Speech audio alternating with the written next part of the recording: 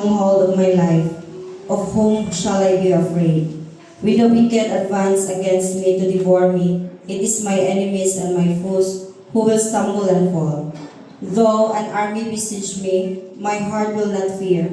Though war break out against me, even then I will be confident.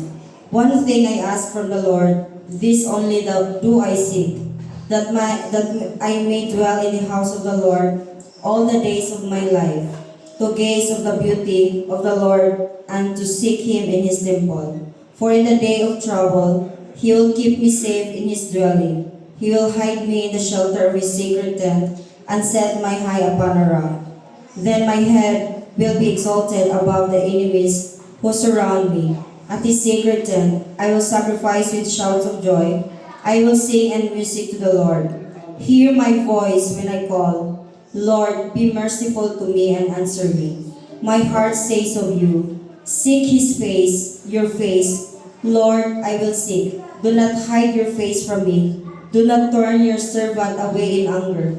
You have been my helper. Do not reject me or forsake me, God my Savior.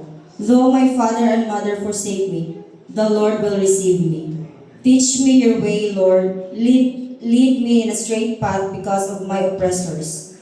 Do not turn me over to the desire of my foes. For false witnesses rise up against me, spouting malicious accusations. I remain confident of this. I will see the goodness of the Lord in the land of the living.